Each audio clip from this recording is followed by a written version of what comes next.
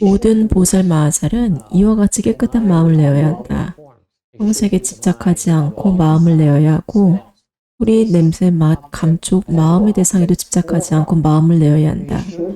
마땅히 집착 없이 그 마음을 내어야 한다. 이것은 굉장히 중요합니다.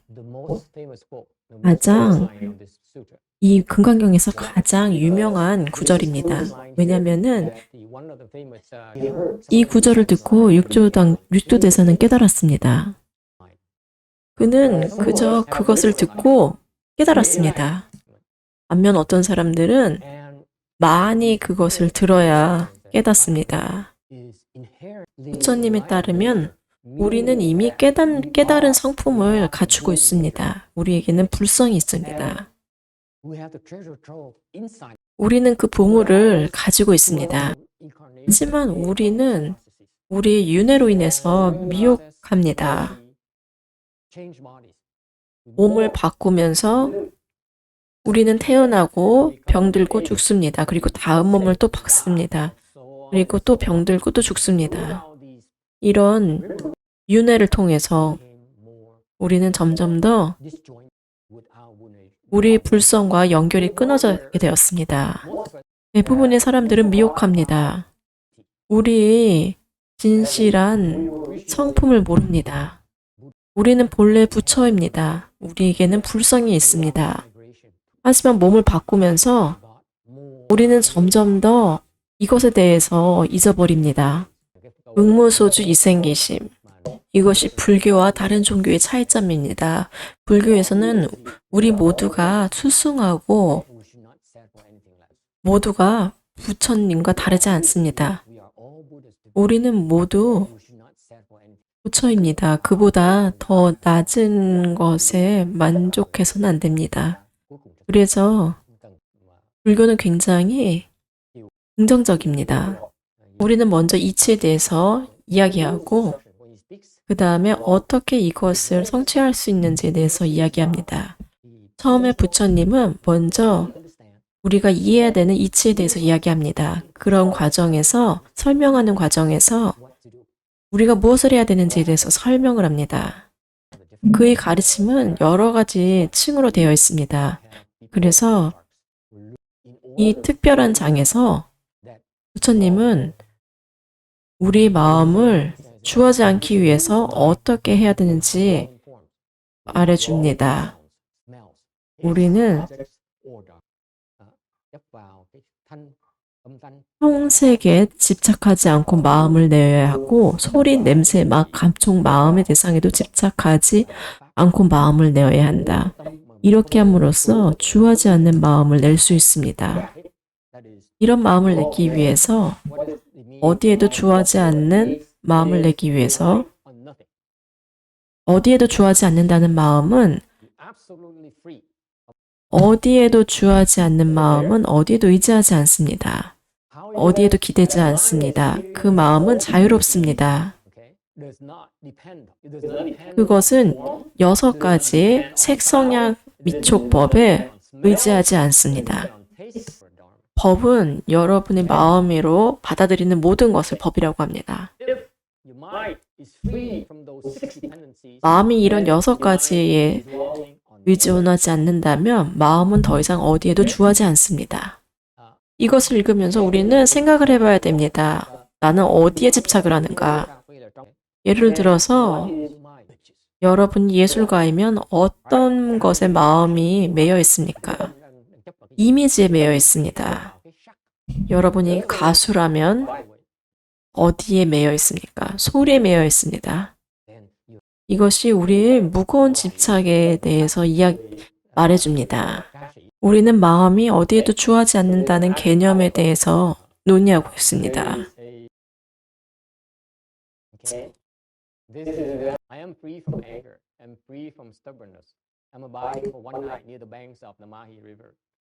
부처님과 소치는 다니아에 대한 일화입니다. 소치는 다니아가 말했습니다. 나는 이미 밥도 지었고 우유도 짜놓았습니다. 마이 강변에서 처자와 함께 살고 있습니다. 내 움막은 이형이 덮이고 밤에는 불이 켜졌습니다. 그러니 신이여 비를 뿌리거든 비를 뿌리소서. 부처님은 대답하셨습니다. 나는 성내지 않고 마음의 끈질긴 미혹도 벗어버렸다. 마이 강경편에서 하룻밤을 쉬리라. 내 움막은 드러나고 탐욕의 불은 꺼져버렸다. 그러니 신이여 비를 뿌리려거든 비를 뿌리소서. 이것은 일반 사람들의 마음과 부처님의 마음을 비교합니다. 부처님은 어디에도 마음이 주하지 않습니다. 이 다니아는 어디에 마음이 주합니까? 다니아는 어디에 의지합니까? 집에 의지합니다. 움막에 의지합니다. 그의 안전에, 편안함에 의지합니다. 여기서 움막이라는 것은 우리가 모두 가지고 있는 집착, 이 소유에 대한 집착뿐만 아니라 안전에 대한 집착을 의미합니다. 편안함에 대한 집착을 의미합니다. 익숙한 것에 대한 집착을 의미합니다. 그는 잘 아는 사람과 살고 있습니다. 편안합니다. 익숙합니다. 불이라는 것은 따뜻함을 의미합니다. 그래서 내가 원하는 것을 다 가지고 있습니다. 그래서 비가 와도 상관없습니다. 비가 와도 번뇌롭지 않습니다. 돈도 있고 집도 있고 안전합니다. 그는 계속해서 말합니다. 모기나 쇠파리도 없고 소들은 늪에 우거진 풀을 뜯어 먹으며 비가 내려도 견뎌낼 것입니다. 그러니 신이여 비를 뿌리려거든 비를 뿌리소서. 부처님은 대답하셨습니다. 내 뗏목은 이미 잘 만들어졌다. 거센 물결에도 끄떡없이 건너 이미 저쪽 기슭에 이르렀으니 이제 얻는 뗏목에 소용없다. 그러니 신이여 비를 뿌리거든 비를 뿌리소서. 다니아는 날씨가 변해도 괜찮습니다. 그는 이미 안전합니다. 재정적으로 안전합니다. 그래서 그는 이 성공에 안주합니다. 반면에 부처님은 말했습니다. 나는 피안에 도달했다. 내 뗏목으로 피안으로 건넜다. 이미 피안에 이르렀으니 이 뗏목이 더 이상 소용없다. 거기에 집착하지 않는다. 그가 사용한 도구, 부처가 되기 위해서 사용한 도구도 그는 집착하지 않습니다. 반면에 부처님은 그를 성공하게 만든 그것에도 집착하지 않습니다. 성공했지만 그 성공에 집착하지 않습니다. 우리가 성공을 하면 우리는 우리의 성공을 굉장히 자랑스러워합니다. 왜 부처님은 그의 성공을 자랑스러워하지 않습니까? 불도는 가장 얻기 어려운 것입니다. 그는 이미 갖고 있는 그것을 다시 발견했을 뿐입니다. 근데 이것을 뭐 그렇게 자랑스러워하겠습니까? 그것이 진정한 지혜입니다. 원래 갖고 있던 것을 발견했을 뿐입니다. 큰 문제가 아닙니다. 여러분은 이게 큰 문제라고 생각하지만 이것은 별로 대수롭지 않습니다. 자랑스러워하는 대신에 여러분은 아직 부처가 되지 않은 것에 대해서 부끄러워해야 합니다. 여러분은 이미 부처가 되었어야 됩니다. 어떻게 아직도 부처가 되지 못합니까? 여러분은 자랑스러워하지 않아야 되는 것을 자랑스러워합니다. 소치는 다니아가 말했습니다. 내 아내는 온순하고 음란하지 않습니다. 오래 함께 살아도 항상 내 마음에 흡족합니다. 그녀에게 그 어떤 나쁜 점이 있다는 말도 듣지 못했습니다. 그러니 신이여 비를 뿌리려거든 비를 뿌리소서.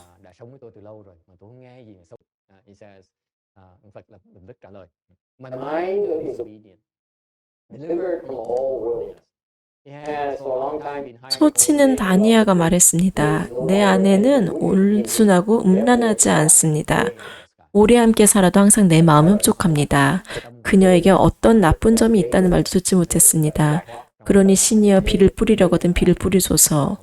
부처님은 대답하였습니다. 내 마음은 내게 순종하고 해탈해 있다. 오랜 수행으로 나 잘 다스려졌다. 내게는 그 어떤 나쁜 것도 없다. 그러니 신이여 비를 뿌리려거든 비를 뿌리소서. 이것은 무엇을 의미합니까? 이 다니아는 다른 사람을 통제하는 것을 즐깁니다. 반면에 부처님, 현명한 사람은 그들 자신을 다스리려고 합니다. 대부분 행복하기 위해서 반려자가 필요하다고 생각합니다. 반려자가 없으면 그 반려자를 찾습니다. 대부분 우리의 행복은 상대, 누군가에 의해 의존합니다. 여기서는 부인으로 나타났습니다. 이 같이 하는 사람이 있을 뿐만 아니라 그 사람은 나에게 순종적입니다. 보통 사람들은 우리가 사랑하는 사람, 우리가 믿는 사람에 의지합니다. 하지만 부처님은 나의 행복은 가장 정복하기 어려운 나의 마음을 정복한 것이다 라고 얘기했습니다. 이것은 어떻게 나타납니까? 자기 자신을 정복한 것은 어떻게 나타납니까? 오랜 수행으로 잘 다스려졌다고 얘기했습니다. 마음을 조복하기 위해서는 오랜 시간이 걸립니다. 우리가 어떤 것도 나를 약하게 만들지 않기 위해서는 우리 약점을 다 없애야 합니다. 그러면 여러분의 진정한 보물을 발견할 수 있습니다. 나는 놀지 않고 내 힘으로 살아가고 있습니다. 우리 집 아이들은 모두 다 건강합니다. 그들에게 그 어떤 나쁜 점이 있다는 평판도 듣지 못했습니다. 그러니 신이여 비를 뿌리려거든 비를 뿌리소서. 부처님은 대답하였습니다. 나는 그 누구의 고용인도 아니다. 스스로 얻은 것에 의해 온 세상을 거니노라. 남에게 고용될 이유가 없다. 그러니 신이여 비를 뿌리려거든 비를 뿌리소서. 부처님은 누구의 고용인도 아니라고 했습니다. 그것이 부처님입니다. 그는 진정 부유합니다. 자유롭게 거닙니다. 우주에 어디든지 갈 수 있습니다. 진정한 부는 여러분의 의지를 최소한으로 하는 것입니다. 사람들은 왜 우리는 서로 반려자를 찾습니까? 왜 함께하는 사람을 찾습니까? 왜냐면은 우리는 그들에게 빚을 졌기 때문입니다. 이것은 음과 양의 문제가 아니라 빚을 졌기 때문입니다. 우리는 그것을 갚아야 합니다. 누군가에게 빚을 졌으면 그것을 갚아야 합니다. 그것에서 도망갈 수 없습니다. 그 사람에게 빚이 있으면 도망갈 수 없습니다. 그것이 인과의 법칙입니다. 그래서 우리는 남자는 여자를 필요로 합니다. 우리의 본성은 음과 양입니다. 음과 양이 균형을 잡아야 됩니다. 그래서 항상 짝이 있습니다. 부처님은 마라가 없이는 부처가 되지 못합니다. 세상에 있는 모든 것들은 다 짝으로 이루어져 있습니다. 그것이 불교에서 말하는 이분성입니다. 동전의 앞뒤와 같습니다. 동전의 앞뒤가 없으면 동전이 되지 못합니다. 세상의 모든 것이 양면으로 되어 있습니다. 그래서 인간은 다른 사람에 끌립니다. 이분성의 세계에서는 자신을 완성하기 위해서 반대짝이 필요합니다. 그래서 항상 짝이 있습니다.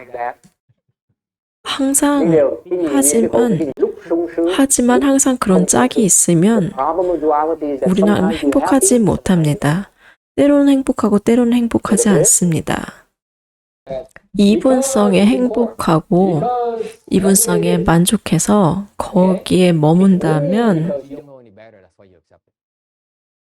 그거는 더 좋은 것을 모르기 때문에 거기에 그것을 받아들이는 것입니다. 비불교에서 그렇게 합니다. 도교에서 이분성에 대해서 이야기를 하지만 그들은 거기에 매입니다. 그들은 여전히 생사를 겪습니다. 이분성에서는 짝이 있습니다. 친구 혹은 적. 이런 짝을 받아들인다면 당신의 그 구멍을 메울 수 있는 무언가를 의지합니다. 그것이 세속적인 지식입니다. 도교에서는 이것을 자연이라고 합니다. 자연은 이분성입니다. 여러분은 그렇게 이분성을 선택했습니다.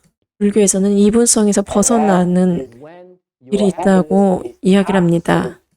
그 행복은 더 이상 상대적이지 않습니다. 절대적입니다. 여러분의 행복은 그보다 못한 것에 의지하지 않습니다. 그래서 마음이 어디에도 주하지 않습니다. 응무소주 이생기심, 이것이 불이입니다. 불이에 도달하면 행복은 완전하고 절대적입니다. 수불이야, 어떤 사람의 몸이 산들이 왕수미산만큼 크다면 그대 생각은 어떠한가? 그 몸이 크다고 하겠는가? 수부리가 대답하였습니다. 매우 큽니다, 세존이시여. 왜냐하면 부처님께서는 몸 아님을 설하셨으므로 큰 몸이라 말씀하셨기 때문입니다. 무르의 공덕과 복은 유르의 공덕과 복을 넘어섭니다. 앞장에서 토승의 관은 상에 집착하지 말라고 하였습니다. 자와 공에 대해서 집착하지 말라고 하였습니다. 그들은 집착을 내려놔야 됩니다. 특히 보시 상을 내려놔야 됩니다. 그는 우수한 수의 칠보를 공양하는 것에 대해서 비유를 듭니다. 그것이 복덕이 많은가? 그는 수부리는 말했습니다. 겐지스 강에 모래를 헤아릴 수 없기 때문에 아주 많다라고 이야기를 했습니다. 다시 한번 강조하는데 자신이 믿는 것을 조심해야 됩니다. 잘못 믿으면 해탈에 가까워질 수 없습니다. 오계는 무엇입니까? 오계는 기본적인 불교의 도덕입니다. 불살생, 불투도, 불사음, 불망어. 이것은 4개의 기본적인 규범입니다. 이 4개가 가장 사람들이 범하는 규범입니다. 보통 사람들이 자주 저지르는 잘못입니다. 이 4가지 규범은 가장 자주 대부분의 사람들이 잘못을 저지릅니다. 첫 번째는 살생입니다. 다른 중생을 죽입니다. 바퀴벌레를 죽이는 것은 사람을 죽이는 만큼 그렇게 죄업이 크지 않습니다.